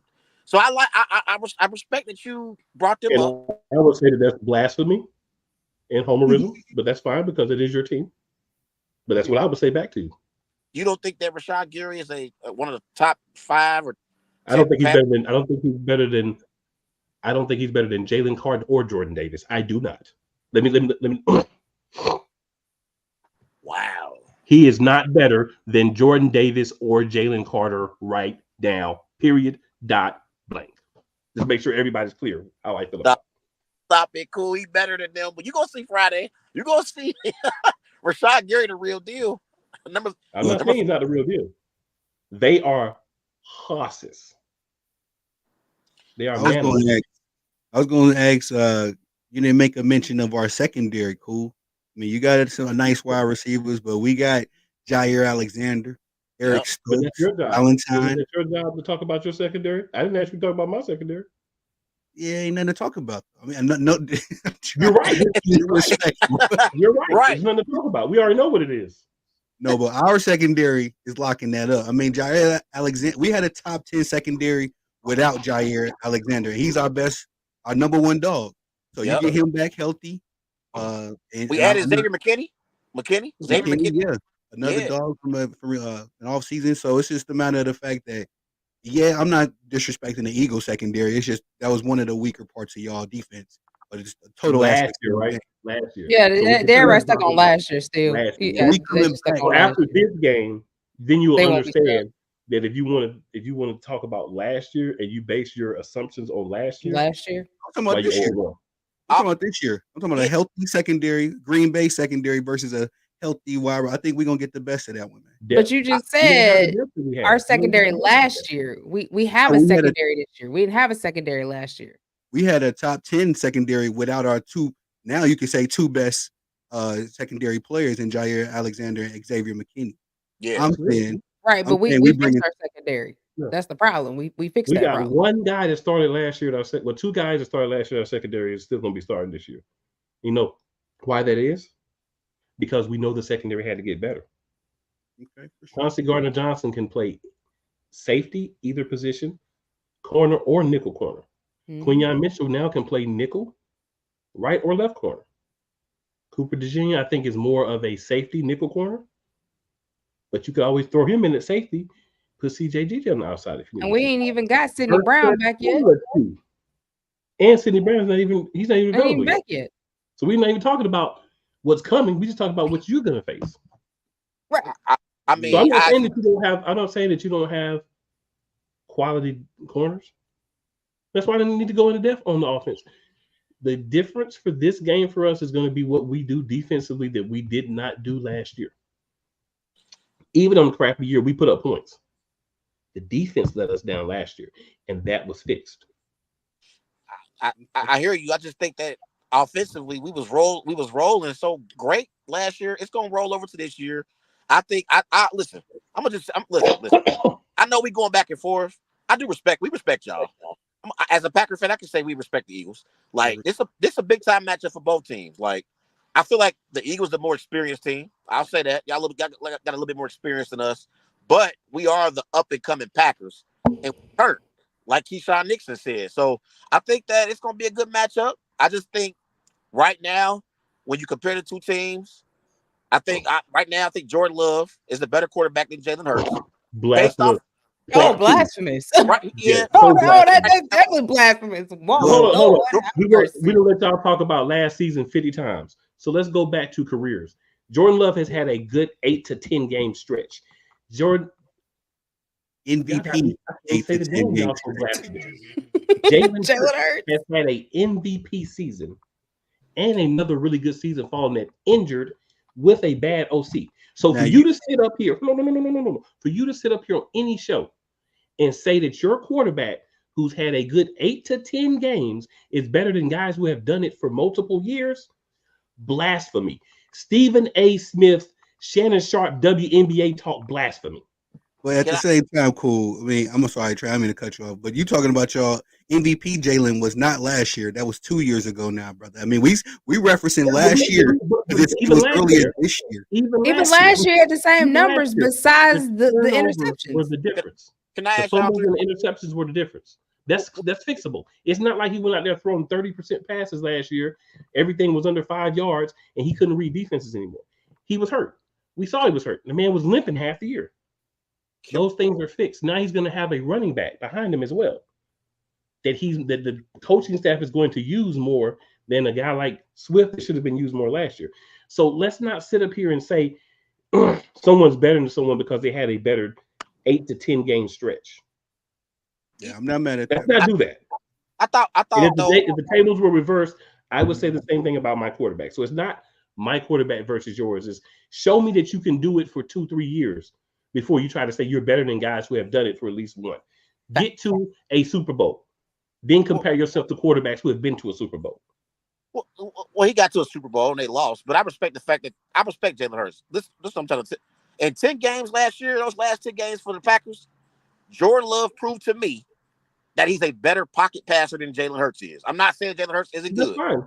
You can feel like he's a better pocket passer. Jalen Hurts is a versatile quarterback. He throws right. Jalen Hurts is not a pocket passer. He resets and throws lasers. So that's not done in the pocket. So if you want to say he's a better pocket passer, that's fine. Then yeah. Let's not say Jalen Hurts is an all around and knows how to run on top of that. Go into being a quarterback, not just what you do in the pocket. No, I agree. Jalen Hurts can do that. But what's the number one job as a quarterback? Win throw games. The ball down the field. Throw the ball down the field. So agree, win games and throw the ball down the field. If you but it's not all about throwing the ball down the field all the time. You got to make them short passes. You got to make them middle plays. It's not all about throwing the ball 40 yards each game. Audible in the correct play. No, I agree. I'm just saying the number one job is a pocket. This is why, not to go off subject, but this is why I think Lamar struggles in the playoffs. Your number one job as a quarterback is to throw the football from the pocket. And I think Jordan Love is better right now at that. I think that's where Jalen Hurts has to get better. But that's what Jordan Love is. He's a pocket passer quarterback. Not all quarterbacks are pocket passers. That's fair. You can't. It's like saying, and you know, it's like this whole debate about Caitlin Clark and Angel Reese. It's two different types of players, but you want to point out the positives of one and the negatives of the other, right? But there's two sides to it. There's positives for Hurts. There's negatives for Hurts. There's positives for Love. There's negatives for Love. Love, go out there and be an MVP candidate for a season. Go out there and take your team to the Super Bowl. Go out there and win a Super Bowl. You go out there and you win a Super Bowl this year, then I'll grant you Love is better than Hurts. But until then, come on, man, stop it. I will say this: advantage Love. He did it the right way. You know, he sat behind a legendary QB, learned the playbook to the T. I think. Call me crazy, Trey. I don't know how you feel, but I kind of feel like where Aaron Rodgers left off, Jordan Love kind of picked up right then and there. It just took him a couple games to figure it out, you know, actually live in person. He was making some of them same crazy passes that Aaron made, and that's because he was watching them, you know. Yeah. I think that he did it the right way. Jalen. Well, let me go for my quarterback then. Jalen Hurts did it the right way. He watched the guy implode with a lot of talent, but soft in here, and realized that if he was going to be the starting quarterback for the Philadelphia Eagles, he had to be strong in here, and he's that. Yeah. Can I give you another advantage I think we got too in this game? I think Matt LaFleur a better coach than Nick Sirianni. I mean, yeah, I give you that, but Nick Sirianni is just the cheerleader. Okay, sir. So we are better coaches than Nick Sirianni. Right. So if that's your argument, be gone. I'm just saying, like, that's like saying, "Oh, water is wet." I mean, coaching matters. Like, but I do like to pick up. He doesn't coach any position. All he does is rah in the locker room, pat people on the butt, and then Big Dom takes him off to the side when it's time to make stuff happen. Because we understand that he's not that coach. Yeah. What I want you to understand is, if you want to say any coach that we faced this year probably is better than my coach, you're probably right. I don't think he's horrible. I just he's horrible. No, he's horrible. And Matt LaFleur is a good coach to me. I think he is. Yeah, he's solid. Like, and I thought last year was Matt LaFleur's Packers. Like, the way he developed Jordan Love was impressive, because in previous years, Aaron Rodgers got all the credit, all the respect and credit for the Packers' successful seasons and going to the NFC Championship game and all that. Last year, I thought Matt LaFleur could have been a candidate for Coach of the Year. I'm pretty sure he was. I think Kevin Stefanski ended up winning it, but I thought last year that was probably his best coaching job so far, being the head coach of the Green Bay Packers last year, leading the youngest team in the NFL to the playoffs. Beating the number 1 seed too in their crib. And I want to say thank you to Matt LaFleur. Appreciate having that 8 to 10 weeks of film on, you know, all the things that Jordan Love does now that no one had prior to that. Let's also not overlook the elephant in the room as we finish up here. Having film on a quarterback on their tendencies of what they like to do, how they shake their hands, how they look, how they do their progressions, how fast they throw. Having 8 to 10 weeks of good film on a quarterback and a whole offseason to prepare with a veteran OC that has DC that has the respect of everybody in the building. If you don't think that this defense is not going to be tailored to force Jordan Love to do the things that he doesn't do well, and you can sit there and say he does everything well in your Lambo colored glasses, maybe they're like gold and green or whatever. But realistically, you know he's not a complete quarterback yet. He's not the best version of Jordan Love yet. So they're going to make him do the things that he doesn't do well based on the film from last year. Now, what's going to be different for us from previous years, and I'll make this my last thing. We just go over everybody else and what they got to say. From last year, especially after we made the defensive coordinator change, when everything went downhill, there was nothing being done at halftime, no type of adjustments. So if you went out and you attacked the middle of the whole first half, you just attacked the middle of the whole second half. You didn't have to change anything. Now you've got a guy that's going to real time look at it and say, okay, and I should not have to sit here and talk to this with you guys, but I do because of what we had last year. It's going to go in that locker room and say, you know what we're doing sucks. Yeah, the game's still close or we're still up, but it's not working like it needs to. These are the changes that we're going to make for the second half. So you think we won 11 games last year, never making really changes in the second half, running the same 8 plays on offense that the other team knew what we were running half the time. No motion. High school offense that we won 11 games. So since you want to talk about last year, we won 11 games with a high school offense and inferior defensive coordinator for the last half of the season. You won 11 games, but lost 5 of the last 6. Cool. Come on now. But we still won. I never said you can spin the other part however you want, but you cannot take away that we won 11 games. So you can say, oh, you won 11 games. They lost to Baker Mayfield. Baker Mayfield, y'all got Baker Mayfield paid. We also beat Baker Mayfield earlier in the same season before everything hit the fan. We also beat the Chiefs and the Bills, and I mean, we also beat some quality teams. Yeah, in the beginning of the year as well. But as we see, you know, we had that change in defense. Defense was the one holding us up. Offense wasn't really doing anything. And the defense just got tired and we made that change. And everybody was just like, oh, forget this. We don't even know what's going on out here. Like, we don't even know what plays are being called. So, I mean, we can't keep comparing last year when last year was what last year was a disaster. And we knew it was coming. Every Eagles fan knew that this was going to come, and we said that. Our coach was the one out. We don't need to make changes. Oh, we're winning. We're winning. That goes to show you he didn't know what he was doing. So that's why we went out and got a quality coordinator like we had the year before where we're winning games that knows how to call plays and move the ball down the field. That's why we went and got a vet defensive coordinator that knows how to make adjustments and knows how to read the defense, knows how to read the offense so that he can counterattack. Okay, you know, Vic Fangio has been around for a very long time. He's been a very good coach. He's basically similar to Jim Johnson out here. And we know what the Eagles was doing when Jim Johnson was on that field as the defensive coordinator. So you can compare all you want to, but we'll see come Friday what that defense do. And I'm gonna leave that at that. Like that. Any last words, gentlemen? See y'all Friday. Enough. Any last words, Trey? Go Pack, go. Yeah. And said it better myself, Trey. Fly, Eagles, fly. We flying all over that field. Defense gonna be flying all over that field. And y'all gotta worry about CJ GJ. Yeah. Quinyon Mitchell is a trash talker. Yeah, we ready for him. We Can ready. I ask y'all a question though, too, real quick? Y'all too, Eagles, y'all, the Eagles fan. Do y'all think that? Do y'all honestly think that? Because I can say for myself, I do think we'll see y'all again, no matter the outcome. Do y'all think y'all gonna see us again? Yeah, we're going to the playoffs. Possibly.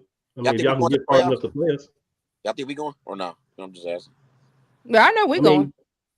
It depends on what you do in your division. It depends on how good the Bears is, what you do with the Bears, what you do with the Lions. I mean, the Bears could be horrible or the Bears could be good. I don't know, because it depends, I guess, on what color nail polish Caleb Williams has on that week. So I don't know. Right. I want to give a hot take real quick, man. I'm tired of all of this Lions talk. Tell me the last time the Lions had 2 good seasons back to back. They gonna go right back to what they last year. Man, they going back 3 and whatever, how many games it is, 3 and 14, 15. Yeah, y'all giving the Lions, man. The Lions, we know the Lions. Them our cousins, you know what I mean? They're the cousins that you can't depend on. You know, you got to move. They don't never show up, so we ain't worrying nothing about the Lions. You talking about Caleb Williams, pink phone case? Right. I'm more worried about Justin Jefferson himself with the Vikings. That's it. Yeah, they keep hyping up the Bears, not realizing the Packers that have dominated the Bears over the last 30 years. Ain't nobody worried about. We ain't worried about them, man. Brett Favre, Aaron Rodgers, we've been dominating them for eons. But I do want to say with Trey, in a segue, I do respect the Eagles. If we don't make it, y'all one of the teams I'm cheering for. So, and they've definitely appreciated having me on the platform, man. Same here. I don't like y'all, but I don't like nobody else either. I don't like no NFL team but the Eagles. I know some people be running around. They got 5 teams, you know, not this team and that team and that team. No, it's the Eagles and then everybody else. Yeah. That's how I feel. That's how I feel. But I do just want to let y'all know one thing, real quick. Well, actually, there's 2 things I need to let you know real quick. So I hope that these things, you know, kind of stick with you and they mean something to you. So the first one here is very simple. But the cream will rise to the top. Oh, yeah. Again, just to remind you guys, something we do every week. So if you've watched the show before, if you watch it again, you'll definitely see this. Green Bay Packers. Aaron Jones. Jordan Love and the 15 young receivers y'all got. Dominant God defense that you have. You messed up your take, fool. Aaron Jones. We got Josh in 3 months, man. It doesn't matter. It doesn't matter. It's not the Eagles. It doesn't matter. So, yo, all jokes aside, man. All jokes aside. It should be a good game. I'm excited that we got to start off the season. It's kind of dirty that we got to start off the season against each other, too, though. Because, like, I think this will be 2 of the better teams in the NFC. In my division, Washington's on the come up. The Arlington football team's always on the go down. We let them win the division last year. That's our fault. We got to own that. Giants ain't never gonna be nothing. You know what I'm saying? But we're gonna get them back this year. We're more locked in. Yeah. Big Dom is winning the division for sure. Big Dom is on duty to make sure that he is watching Sirianni throughout the game. So he's got his babysitter. So we good now. Okay, now we can play football. Right. Yeah, I got. Yeah, I bet you never seen anybody diss their head coach talking about how they're gonna win while dissing their head coach, huh? Multiple times. Oh, that's how we get down around the Eagles. We keep you 100. Yeah, I got y'all winning the division too in the NFC East. I got y'all winning the division for sure. If we don't win a division, this some heads gonna roll. I'm gonna say that. I think I have a good shot at winning the division. I think that y'all got to stop underestimating these other teams though, because y'all been on top for a while, and sometimes you've been on top for a while, you just feel like ain't nobody gonna ever touch you. But as the New England Patriots, someday you're gonna get got. Just don't let it be now. Man, we've been on top since the beginning of the NFL. Cool. I mean, we first Super Bowl champions, first 2 Super Bowl champions. Yeah, that means if you were been on top since the beginning, we'd be talking about like 30 rings. No. I mean, we don't need all that. We got what we We got enough. We're gonna get You had more. some periods where you've been on top. We got. I'm 33 years old. I've never experienced having a average quarterback. I've always had great quarterback that I've witnessed and watched every Sunday. Brett Favre, Aaron Rodgers, and now Jordan Love. And we 13-time world champions, four-time Super Bowl champs. I mean, Jordan Love was average the first half. All you gotta do is go back and watch the first 6 games of last season. You had an average quarterback. So I'm gonna have to reject your statement based on your own quarterback play the first half of last season. well, last year we came into the season. We were optimistic about I'm just saying. We were optimistic about him coming into the season midway through. Unsure. We was unsure about him midway through. But I speak for all Packer fans. By season end, by the end of the season last year, we had all the faith in the world in Jordan Love, and we got faith on him riding into this matchup against y'all. So y'all gonna see Friday night. Y'all gonna see how Jordan Love has really elevated to the next level. Y'all gonna see for sure. And y'all gonna see what happens when a good defense coordinator gets tape on the quarterback. Right. And studies it. A whole year worth of tape. Rookie defensive coordinator. He's not a rookie. He's not a rookie. When you say rookie, it means it's the first year. But he's don't not matter. He's not a rookie. This man was a coordinator before you were born. Right. Before I was born, probably. Rookie in Philly. He the new kid on the block. It don't even matter. He already know. He born and raised in Philly. So he already know the Philly style. So he's not new. He's not a rookie. He's Philly born, Philly native, and he know how we roll, and he ready. He know how our defense rolls. We have Brian Dawkins, Trottermeyer, so he already ready.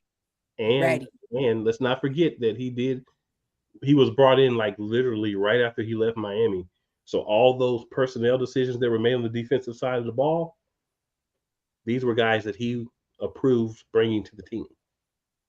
Respect that. Also, I was gonna say too. Would y'all consider like rappers who like the Eagles? Like, would y'all consider it be like Meek Mill? Like, would it be Meek Mill? Like, who supports the Eagles like as a rap? Because we know we got Lil Wayne, right? So I was gonna mention too. I think we got So better. Is he there now? Because as soon as y'all lose, he'll be somewhere else. I wouldn't even claim Lil Wayne.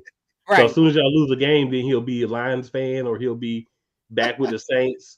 He'll be a Chiefs fan. You know what I'm saying? I wouldn't even claim Lil Wayne if I was y'all. Mm-hmm. Yeah, I mean, we got a lot. I mean, we got Beanie Siegel. We got Meek Mill. I mean, we got a whole Woody squad. We got Will Smith. Y'all got Don Staley for sure. I know Coach Don left. We got Coach Don. You know, Kobe was an Eagles fan. Yep. Yeah.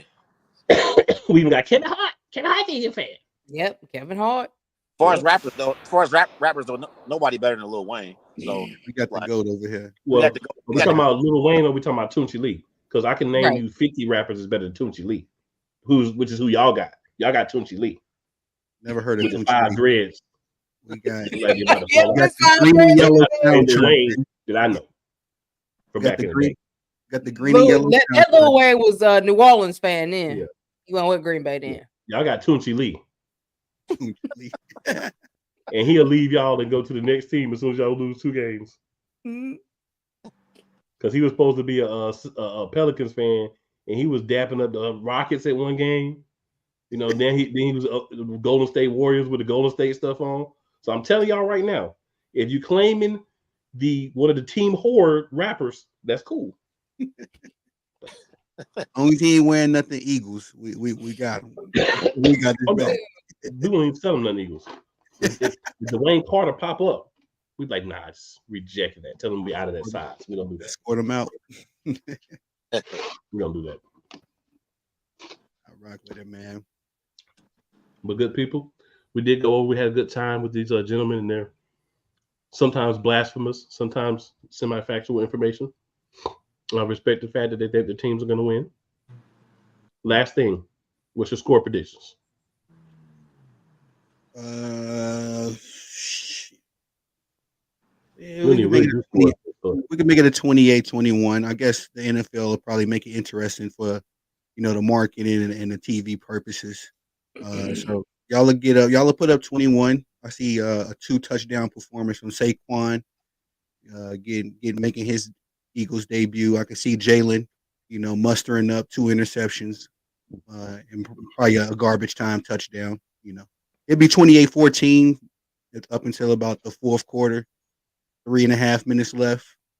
And if y'all don't, if the referees don't give y'all the Kansas City Chiefs treatment, 28-21, make it respectful. The referees gave us the Kansas City Chiefs treatment. We'll be 2-time NFL champs, sir. That's what I'm saying. If they don't, they can flip on a dime. They're not going to give it to us. Believe that. They might. They do not give us. They'll make more money if they give it to the Packers. They're saying they'll make more. They won't give it to us. That's what I'm saying to you. It doesn't matter if it would be more money. They will never give it to us.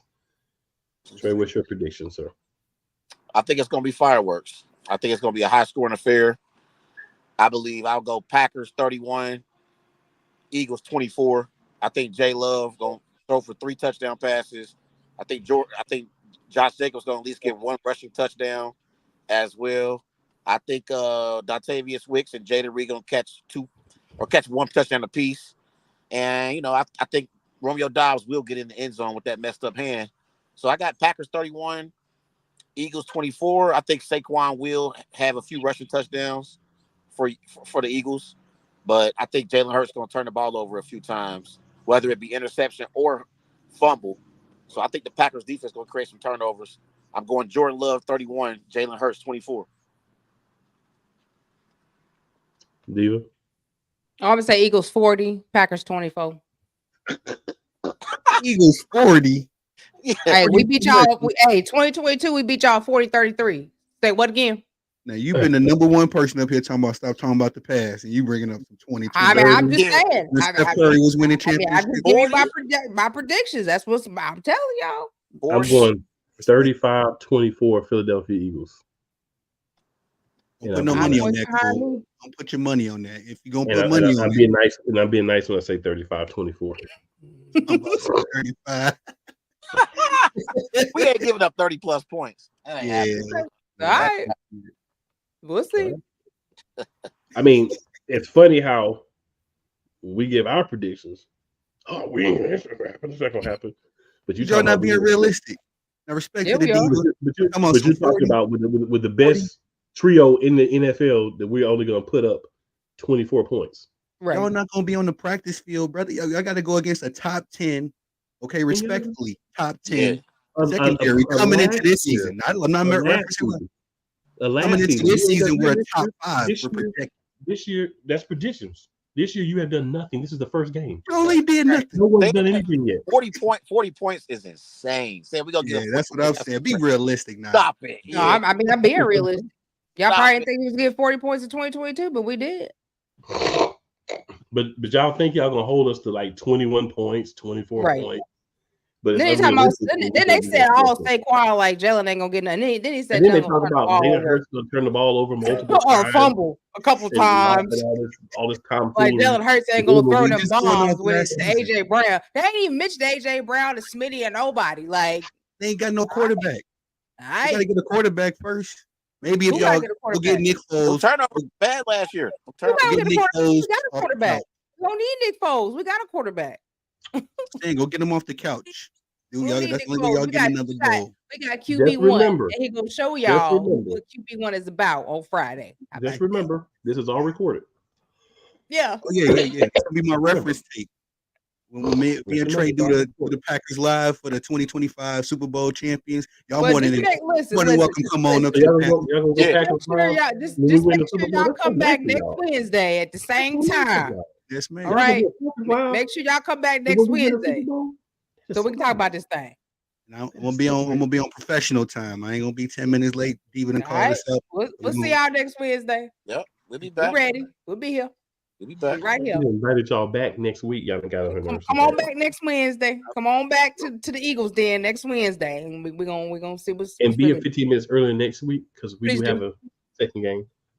Yeah. We're reviewing the game. So, yeah, for sure. We're gonna have y'all back on because y'all talking a lot of foolishness.